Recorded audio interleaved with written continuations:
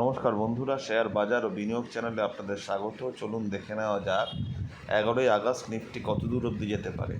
দেখুন, আমরা শুক্রবারের ভিউতে বলেছিলাম বাজার আমরা ডে ক্যান্ডেল একটু দেখে নিই, তাহলে বলতে পারবো।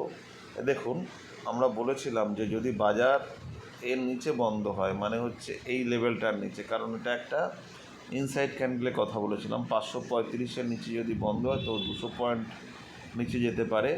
অলরেডি 535-এর নিচে 200 পয়েন্ট কিন্তু এসে গেছে, মানে 24,337। কিন্তু বৃহস্পতিবার দিন বাজার একটা মানে নিচে পড়ার কদিন বাদেই একটা বৃহস্পতিবার দিন একটা উপর দিকে মুভ দেয় এবং ফলস একটা মুভ দিয়ে আবার বাজার শুক্রবার দিন এর নিচে এসে বন্ধ হয়েছে। আমরা 15 মিনিটের ক্যান্ডেলে দেখি, আমরা বলেছিলাম যে বাজার যদি 600-এর উপর চলে, 24,600-র উপরে চলে, তাহলে বাজার 660-এর কাছাকাছি যাবে। কিন্তু প্রথম ক্যান্ডেলটায় দেখুন, ফার্স্ট ক্যান্ডেলে রিজেকশান চলে এসেছিলো।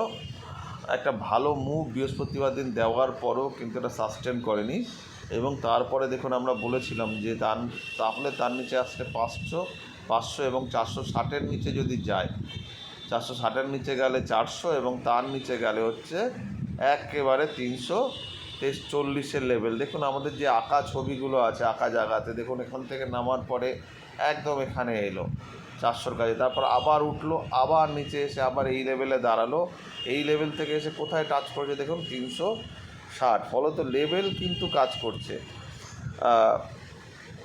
মার্কেট, তবে আনইউজুয়াল কিছু মুভ দিচ্ছে, সেটাই একটা অসুবিধার জায়গা। এইবার দেখুন কি হতে পারে বাজারে।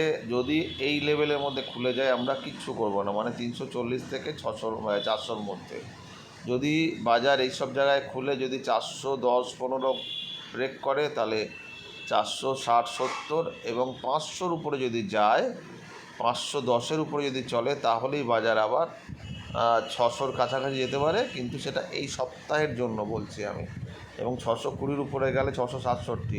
আজকেই যে এতটা মুভ হবে সেটা কিন্তু নয়। আবার এমনও হতে পারে ধরুন 400-র কাছাকাছি চলে গেল, গিয়ে খুলে 400-র কাছাকাছি দাঁড়ালো না, যদি যখন দেখবেন যে 400-র কাছাকাছি একটা 10 মিনিটের একটা রেড ক্যান্ডেল বানাচ্ছে, তাহলে কিন্তু যদি ভেঙে উপর দিকে না যায় তাহলে নিচে আবার আসবে, তাহলে সেক্ষেত্রে 380-টাশির নিচে সেল হবে, বা এইখানে যদি কোনো একটা রেড ক্যান্ডেল বানায় তার নিচে সেল হবে। সেল হলে আবার এটা 340 যদি ভাঙে, মানে 330 যদি ভাঙে, তাহলে প্রথম টার্গেট হবে 300। আমার যদি দাগ কাটা নেই, তারপরের লেভেলটা হচ্ছে এই লেভেলটা, মানে 300-র নিচে হচ্ছে এইখানটায়, মানে 250 থেকে 215, তার নিচে 180 অবধি আসতে পারে বাজারে।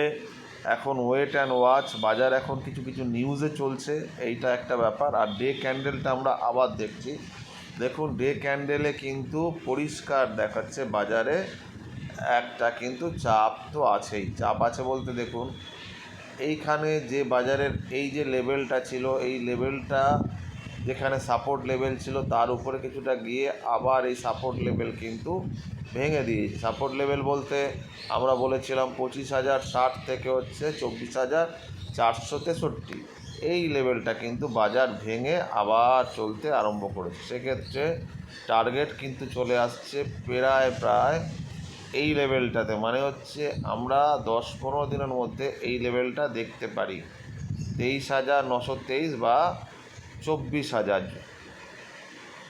এইখানের একটা সাপোর্টের নেক্সট সাপোর্ট লেভেল, মানে আমরা যদি সপ্তাহের হিসেব দেখি তাহলে কিন্তু পরের যে লেভেলটা আছে সাপোর্ট, সেটা হচ্ছে 23,931। এবার দেখা যাক কতদূর অবধি কী যায় বাজার।